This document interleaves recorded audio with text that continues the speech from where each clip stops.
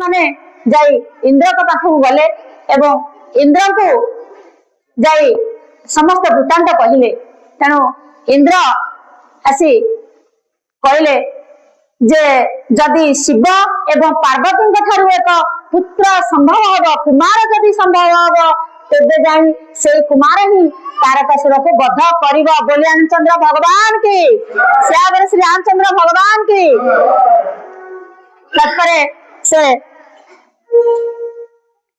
बध किए कर तेणु से जदि कुमार संभव हम कार्तिकेय आसवे तेणु बध करेंगे। तेरे शिव समाधि बसी जेबे ठारू सती को से त्याग कर समाधि बसी तेणु तांकर समाधि भांगिब किए सेते इंद्र जाई कंदर्प को यही प्रस्ताव देले।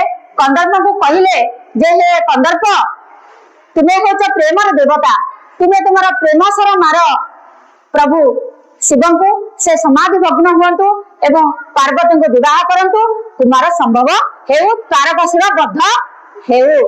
से समय कंदर्प जानिथिले जे प्रभु शंकर भगवान को समाधि भांगिले किछि विपद आसीपारे तथापि अन्यर उपकार पाई अन्य मानकर हित पाई देवादेवी मानकर सुरक्षा पाई कंदर्प राजी हेले।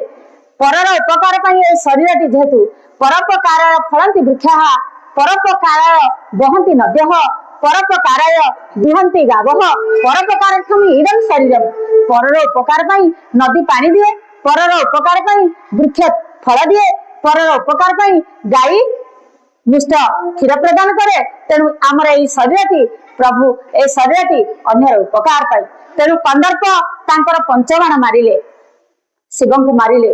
से पंचबाण कौन है ना अशोकं अरविंदं च च्युतं नवमल्लिका निरपरा पंचबाण शेषायते तांकरी पांचटी बाण है अशोक अरविंद च्युत नीलपरा नवमल्लिका यही पांचटी सर को मारिले प्रभु शंकर भगवान को।